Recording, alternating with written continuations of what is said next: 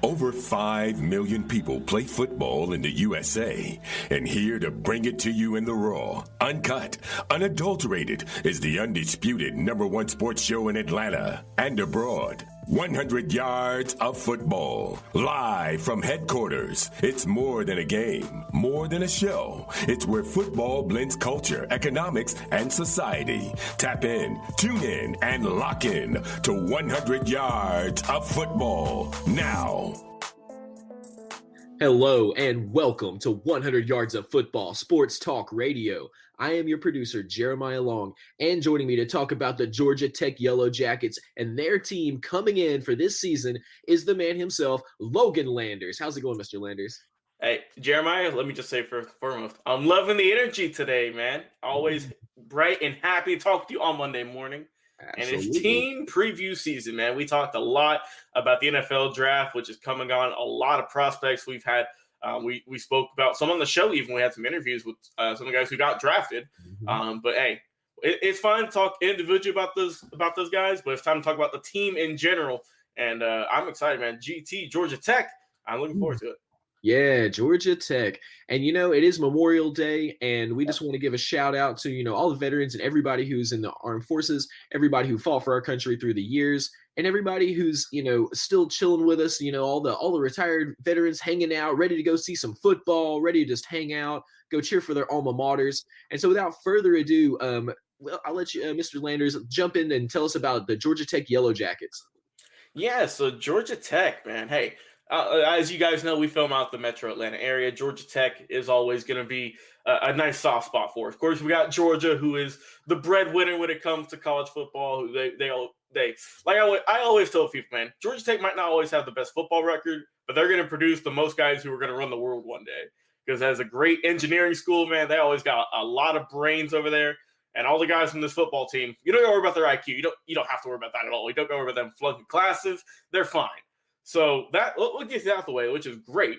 Those guys are doing all that in the academic side of the ball, which is amazing for college. You got to have that. But for this Yellow Jacket team, man, they're building slowly but surely. It took a little bit of time to get under Jeff Collins' new system. They ran the triple option forever, and now they're getting away from it a little bit. They're trying to, they've been trying the past couple of years to really try and go a different route. And well, so far it's working pretty solid. You just got to build on it each and every year. But, of course, as I always say, where does it start? With the QB. How is your quarterback going to perform this upcoming season? And Jeff Sims, hey, last year was his true freshman. He was a true freshman, and there were some growing pains. There's no doubt about that. He did not have the best season, but now that he's got a little bit of experience under his belt, knowing a little bit more of the play calls, knowing some personnel, I think that he should have a better season, no doubt about that. Because in 2020, it wasn't pretty. He didn't have the best year at all. But that's expected, though, sometimes. Sometimes, you get that amazing freshman who comes in and just lights up the world for your team, does amazing things. And sometimes, they just have a mediocre, the subpar year. And that's expected, though. They're freshmen. This is a whole new world for them, not just on the football field, but just in life. So I think that Jeff Sims is going to learn from his potential. I think he's going to live up more to his potential this upcoming season. I really do think that he's shown glimpses of having a really good, few games last year. He's shown some glimpses, but I think that if he can just put it all together and just be more consistent, honestly, I think that Georgia Tech will definitely like the way he's going to progress. And I hope that Jeff Sims takes that next step because like we know, man, with social media and everything, just if you have a bad game, people want to bench you already. So I think that if Sims can come out, if he can have a solid year, silence some of the doubters, I think that he should be fine. No doubt about that. But, man, Georgia Tech, like I said, with Jeff Sims' struggles last year, the wide receiving core didn't get the feed that much. They didn't get a whole lot of production. And their leading guy, Jalen Camp, got drafted. He's out of Georgia Tech. We did a draft profile on him. And he ended up getting drafted in the NFL. So they gotta figure something out to replace him. And while it wasn't the most outstanding amount of numbers, Jalen Camp didn't have eye-popping numbers. Only 27 catches and a little bit over 400 yards in total, just a handful of touchdowns. If Jeff Sims can produce and if he could have a better season and keep the ball out of the hands of the opposing defenses, then I think this wide receiving core is definitely going to enjoy that a lot more, first and foremost. And I think that if they can go out there, if they can show out, they should be fine. Of course, you got Malachi Carter come back, and also Sanders come back as well. Those are going to be your top two guys, your 1 and 2 combo on that wide receiving core. So I think that overall they should be fine on the offense side of the ball. Like I said, they're not going to be number one in offensive passing yards, number one in offensive production. I'm not expecting that by any means necessary. But if you can come out and you can just improve on last year, like I said, they should be fine. Also, they got McGowan coming over from Northwestern, that's going to help them out a lot. He had a little bit over 700 yards last year, so he should be fine. That's a great addition, I think. Getting him and getting just some versatility on that offense side of the ball, and they should be fine. So, like I said, just improve on that offense, and just get limit the turnovers, improve the offensive production, get some more touchdowns, get your wide receiving core, spread the love, and I think that they should be fine.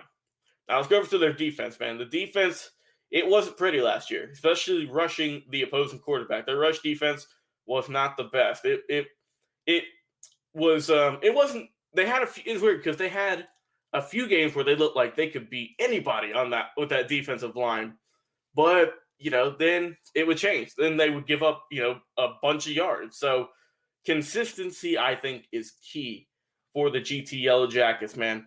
And if they can just get a few guys who can come back on the team, learn the playbook even better, and just get some experience, man, they should be fine.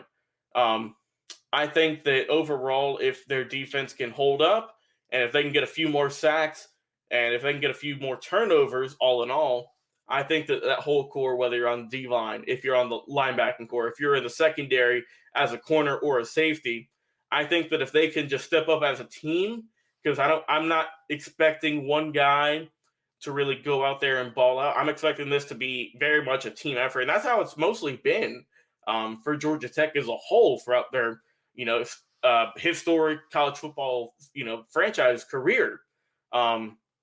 If they can have a great team effort and come out and really just nail things down, get some more experience, and overall just put it all together, I think this could be a solid team. I definitely think they could definitely go over 500, no doubt about that. I'm expecting a solid season out of them. And we'll see how they can match up against some other great ACC teams because they do have some potential. It's just I'm not sure if it's going to happen yet or maybe next year. So we'll have to see. But I do like the way that program is running right now, and I'm excited to see how they're going to do in the future. Yeah, it looks like you muted there. Definitely time. Yeah, sorry, I was muted there for a second. So this is one of those teams that the fans are loyal. There are amazing athletes and just flat out amazing scholars coming out of the school.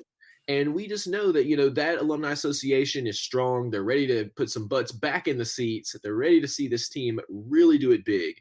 So is there any final word you could give or any final advice you could give to the Georgia Tech as they come back into the season?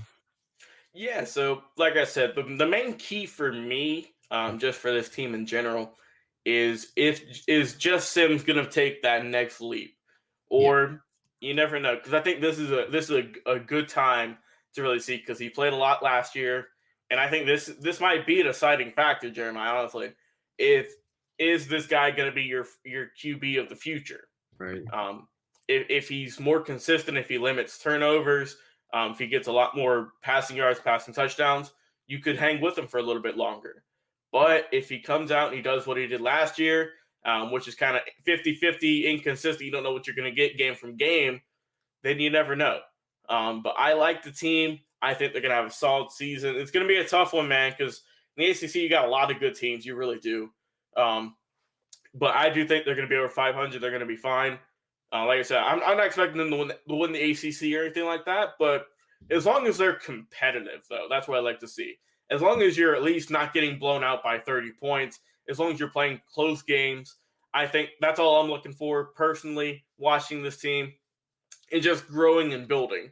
Like I said, I'm not sure if they're going to break out this year for all those guys or if they need another year with solid recruiting and see if those guys can step up. But we'll have to see. But I like this Georgia Tech Yellow Jackets team. I think they're going to do some good things. They're going to have some good games. And hopefully they can get a lot more wins, man, because it's always good when the Atlanta teams do good. There's no doubt about that. You were right on that one. You're right on the money there. And I cannot wait to be in front of some live football. So if everybody watching, tell us, are you ready to watch some live football? And what are you looking forward to this season? We know that Georgia Tech fans are some of the loudest, most amazing fans and most supportive fans in the entire fandom. So we're looking forward to just seeing the fans out there doing their thing as well, seeing everybody get their gear together, the tailgates, and all of the great fanfare. And if you're watching right now, please give us a try over on our podcast. Go over to 100 Yards of Football on Spotify, on Apple Podcasts, or anywhere that you listen to podcasts. And if you're already listening to our podcast, thank you so much. All of the sharing that you've been doing, especially sharing into Facebook groups, has been helping us so much. And we've been getting such a great reach and such a great response from our current audience and our new audience that's been joining us week after week.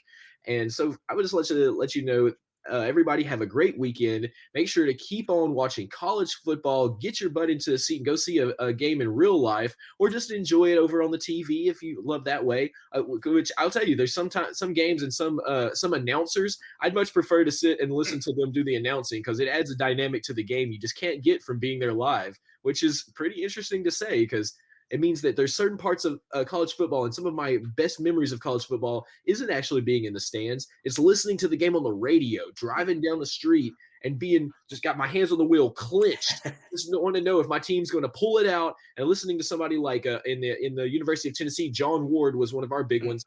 And just listening to those voices, week after week, and knowing that, we can reliably get that coverage, through the radio or through the television or wherever we want to hear it. So I really appreciate that. And for everybody watching, thank you so much. And tell us your stories about college football and your growing up. Did you listen to it on the radio? Did you watch it on TV? Did you get to go to a lot of games? We'd love to know more about that. So for the entire team, I am Jeremiah Long, the producer, and this is Logan Landers, and we've been giving our preview of the Georgia Tech Yellow Jackets, and we'll see you on the next live video.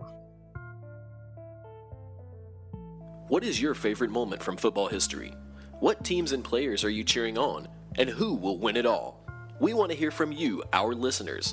Head over to 100 Yards of Football Sports Talk Radio's Instagram, Facebook, YouTube, or Twitch and leave us a comment.